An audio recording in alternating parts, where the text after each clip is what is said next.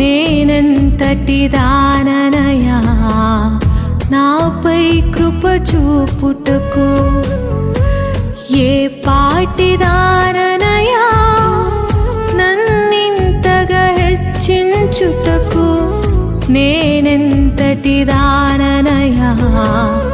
నాపై కృప చూపుటకు నా దోషము భరించి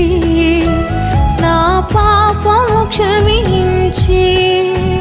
నన్ను నీలా మార్చుటకు కలువరిలో మరణించి నేనెంతటి దాననయా నాపై కృప చూపుటకు ఏ పాటి దాననయా నన్నింతగా హెచ్చించుటకు నేనెంత